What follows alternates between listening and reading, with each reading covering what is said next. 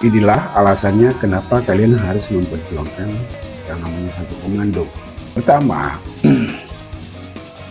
kebijakan pemerintahan pusat akan berkolaborasi dengan pemerintahan daerah itu dengan baik, sehingga kebutuhan atau kebijakan nasional untuk daerah dari pemerintah pusat itu akan berjalan dengan baik, karena pemerintahan daerah sudah berkolaborasi dengan baik dengan pemerintahan pusat.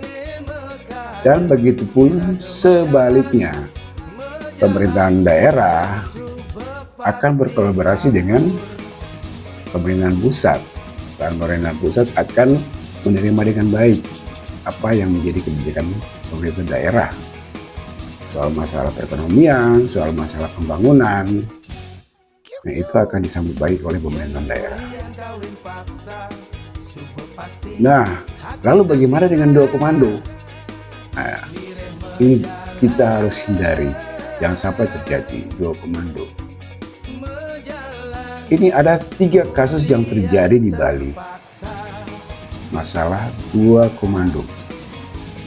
Permasalahan pertama itu adalah kenapa Piala Dunia U20 tidak dilaksanakan di Bali dan juga di Jawa Tengah. Isu politisnya adalah karena adanya Israel. Itu bullshit. Yang terjadi di situ adalah adanya dua komando. Dua komando ini yang tidak sinkron, sehingga kebijakan yang nasional untuk kepentingan masyarakat Bali tidak dijalankan oleh pemerintahan daerah karena ada perintah dari komando lain supaya U20 tidak dilaksanakan, untuk membuat citra pemerintahan pusat buruk. Dalam hal ini ya Pak Jokowi. Padahal Pak Jokowi sudah berusaha semampunya dia, seusaha-usahanya dia agar supaya Piala Dunia U20 dilaksanakan di Jawa dan di Bali. Di Bali itu sangat baik karena Bali itu terkenal dengan pariwisatanya, maka orang akan lebih mengenal Bali itu secara internasional. Karena semua negara ada di situ, termasuk Israel. Kenapa sejak awal sudah tahu ada Israel tetap dijalankan? Karena waktu itu masih satu komando. Setelah itu, setelah terjadi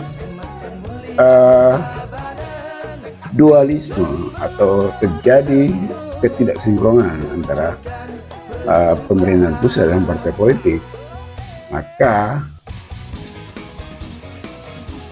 komando yang ini yang memerintahkan agar supaya sepak bola U20 tidak dilaksanakan. Yang dirugikan siapa? Masyarakat Bali itu sendiri. Padahal Bali sudah siap segala kebutuhan untuk menyambut Piala Dunia ini, dan masyarakat Bali akan diuntungkan dengan bisnis pariwisatanya, akan terkenal, akan lebih dikenal di seluruh dunia. Orang seluruh dunia akan datang untuk menikmati Bali dan Piala Dunianya. Nah, ini sangat dirugikan, kan masyarakat sendiri yang dirugikan. Jadi saya ingatkan, pilih yang satu komando, jangan sampai ada dua komando di dalam.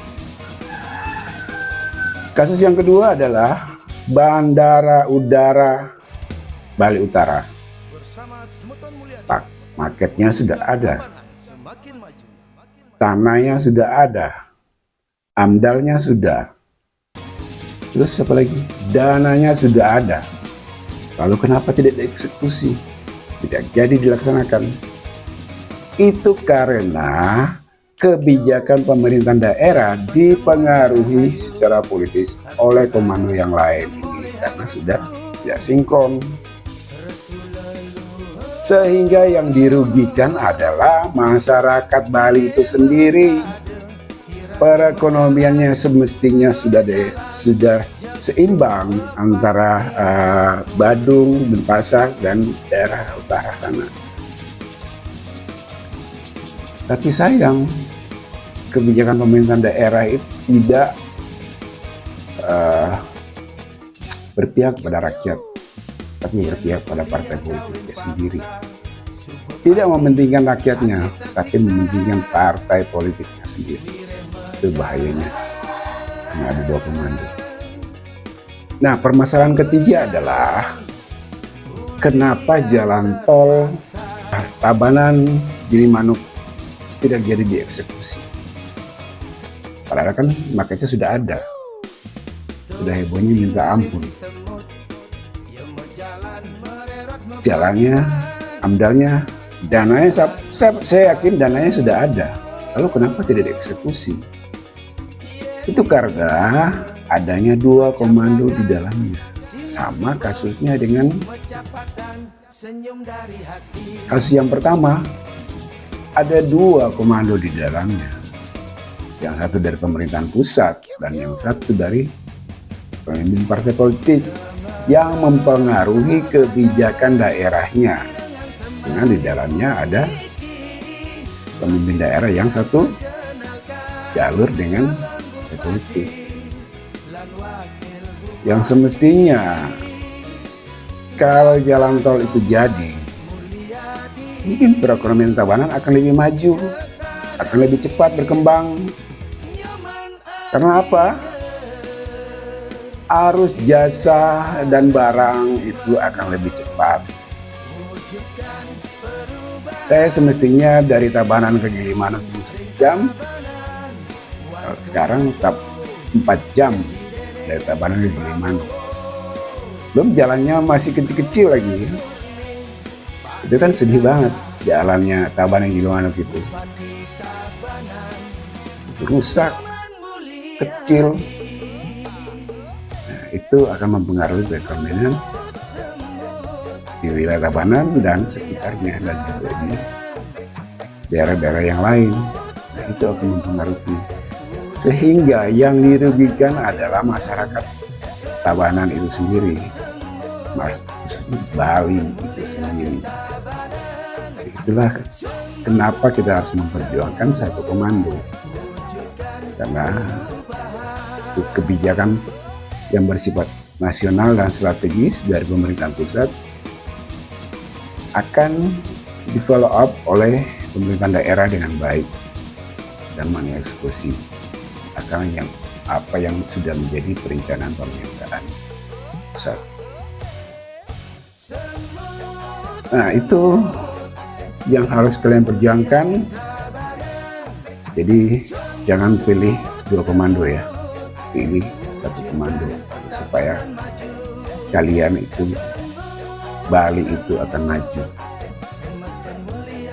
Oke, itu aja statement saya, dan tetap optimis untuk memenangkan ini Pilkada 2024 ini.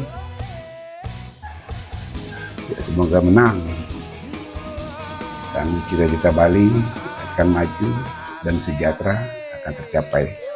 Statement saya. Nah, statement Anda bagaimana? Silakan menulis di komentar di bawah ini. Terima kasih. Salam. Bersama Semeton Mulyadi, wujudkan Tabanan semakin maju.